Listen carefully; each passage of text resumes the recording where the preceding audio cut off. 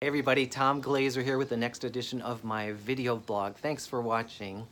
So this is the first in a three-part series on the topic of resilience. I presented last week a new 3-hour workshop on the topic of resilience last week.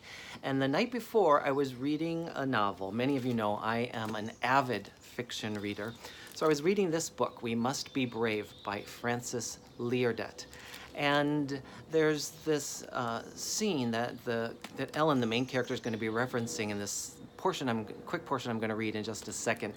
She's referring to a past incident. She had grown up one of the wealthiest people in this small northern England town, and but through a horrible series of incidents became one of the poorest at about age 11 or 12.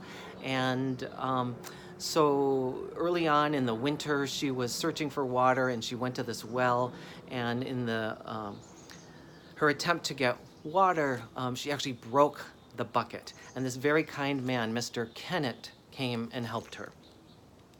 And now she's referring to that incident when she's talking to her husband years later. At least now he knew I was the bucket in the well. The bucket Mr. Kennett had mended for me after I'd broken it on the ice. I was made of old staves and tarred felt.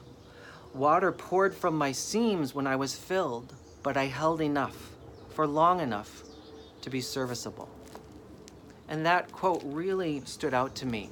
We might think of resilience in very similar terms. The ability to hold just enough water to be serviceable, just enough to get me through. How do we patch up our broken spaces so that we can continue? So your assignment, your conversation spark, is to meet with someone that you know and care about and talk about what this word resilience brings up for you. What does it mean to you? And ask the person to talk about that same thing. All right, be sure to catch the next one when we will talk more about resilience.